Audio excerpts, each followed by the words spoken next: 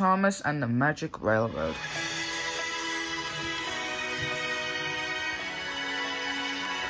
Thomas the Tank Engine is a little blue engine who lives on the island of Sodor.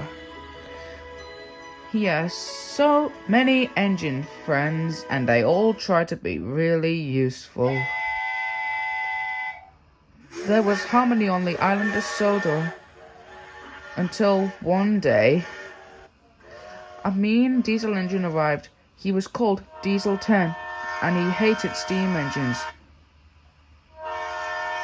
"Get out of my way, you puffballs," he growled as he sped past Thomas and Gordon the express engine. "When I'm done with my plan, you'll be nothing but useless scrap." Thomas was scared of Diesel 10, but he knew he had to be a brave little engine.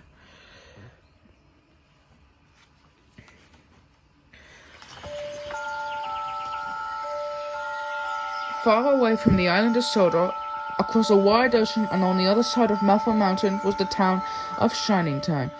It was the home of Mr. Conductor, who comes and goes in gold dust. Mr. Conductor was getting ready for a trip to the island of Sodor on the Magic Railroad. The Magic Railroad was a Conductor family secret. The engines were glad to see their friend Mr. Conductor.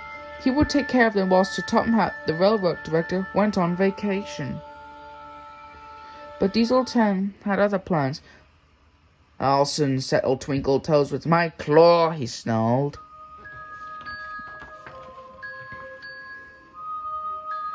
That night, Diesel 10 sidled up to the shed while Mr. Conductor and the engines were asleep. "Gold dust, magic buffers," Mr. Conductor mumbled in his dreams.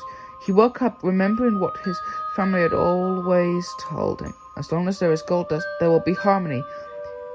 He blew his whistle, but it had no sparkle. "Oh no, Mr. Conductor. I've got to find more gold dust to run the railroad, or we will all be in danger." Diesel 10 slunk quietly away.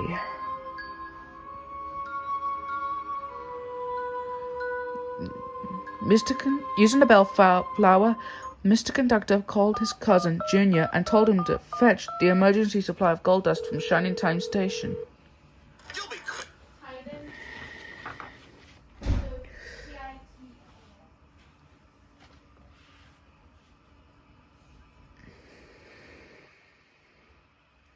About that time, a young girl named Lily arrived at Shining Time, led by a friendly dog called Mutt.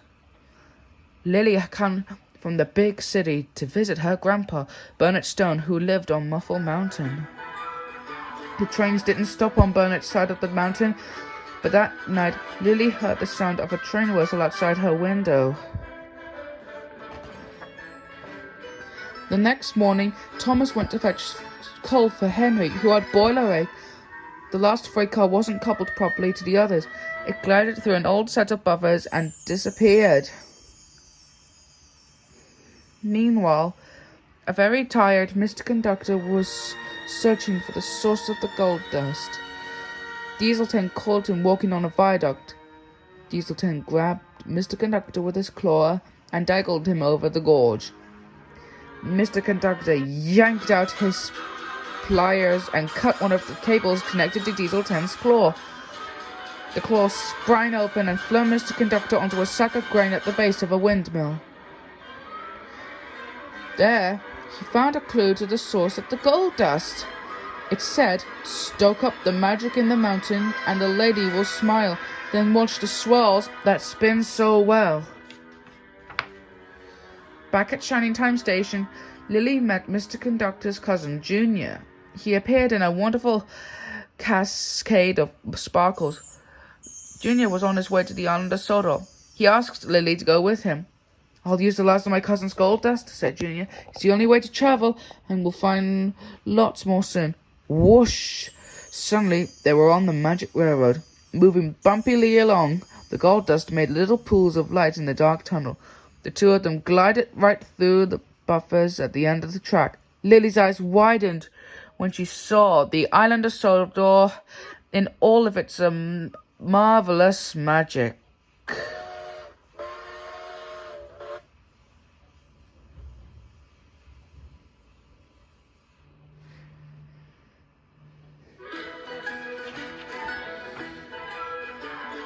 I was at the old buffers when the last coal car disappeared, Thomas was saying to Percy.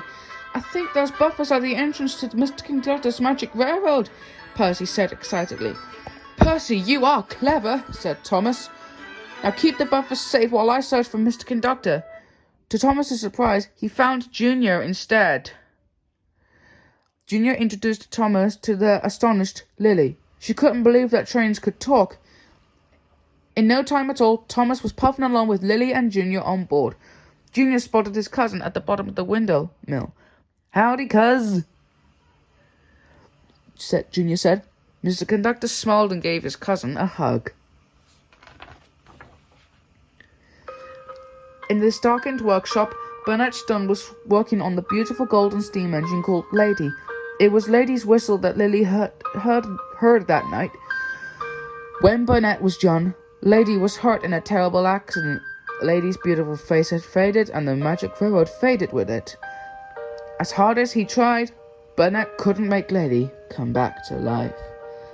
The railroad needs Lady, whispered Burnett as he worked. I need to know the secret to make her run again.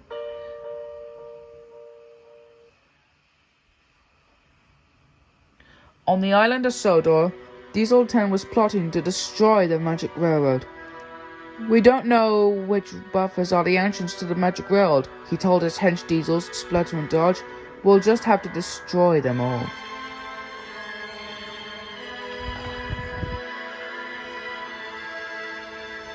Percy overheard the Diesel's plan and knew the engines had to act quickly. We must get Lily back to Muffle Mountain before the Diesels destroy the magic railroad, Percy said. Without gold dust, the only way to travel the magic railroad is on the lost engine, Lady, said Mr. Conductor. Unless, Thomas, you're a really useful engine. You can do it. I'll try, Thomas said bravely. As Thomas and Lily chugged toward the magic buffer, Mr. Conductor called after them, Stoke up the magic in the mountain and the lady will smile. They reached the buffers and went right through them and onto the magic railroad. They spotted the missing coal car and quickly coupled it to Thomas. Looming up ahead was a huge set of buffers. Thomas and Lily passed right through the Muffle Mountain. Lily jumped off Thomas and ran to Burnett's workshop.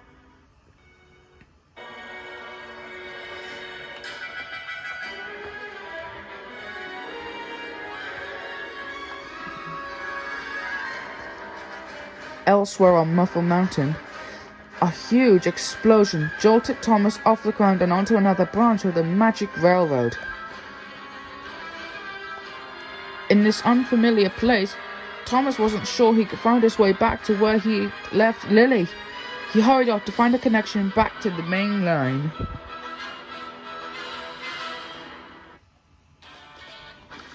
At the same time, Lily rushed into Burnett's workshop where she saw the beautiful golden engine.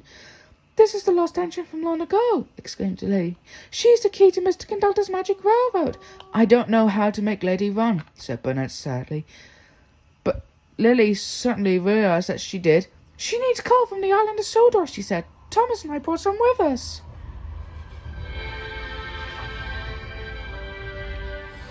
Soon, Lady was steaming along the magic railroad. As she gathered speed, her lovely face was revealed once again. Stoke up the magic in the mountain, and the lady will smile, Lily murmured to herself. The magic railroad's energy was returning. Shavings all the colours of the rainbow fell behind Lady and gathered on the ground. Lily caught some shavings in her backpack. Then she saw Thomas about to meet up with the magic railroad's main line. As the shimmering shavings settled on the rusty tracks, Thomas gathered traction and gathered speed. With a long, low roar, Lady burst through the magic buffers onto the island of Sodor. Burnett, Lily, and Matt jumped off Lady to join the others. Then Thomas burst through the buffers right behind Lady.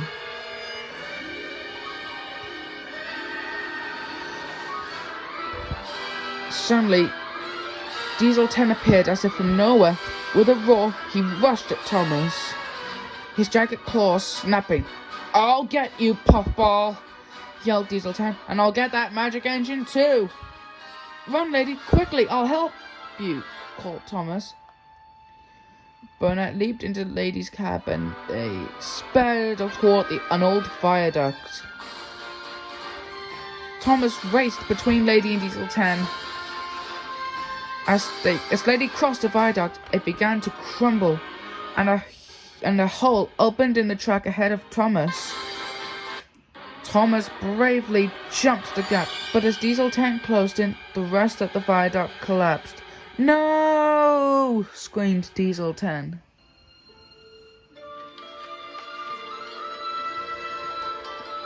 Diesel 10 slid over the edge of the viaduct and dropped onto a barge filled with sludge. Off he floated, never to be seen again.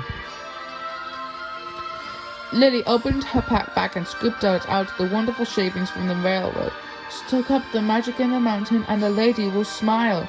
"Then watch the swells that spin so well," Mr. Conductor persisted, remembering the rest of the clue to the gold dust. "So well? A well means water," shouted Junior.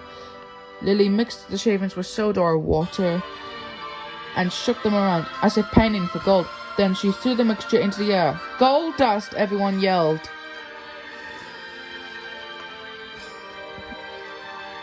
Back at the magic buffers, Mr. Conductor and Junior was covered to their sparkle with the new gold dust.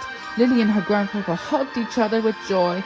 It was a happy Thomas who puffed home that evening, knowing that a little blue engine like himself had been so very useful. The end.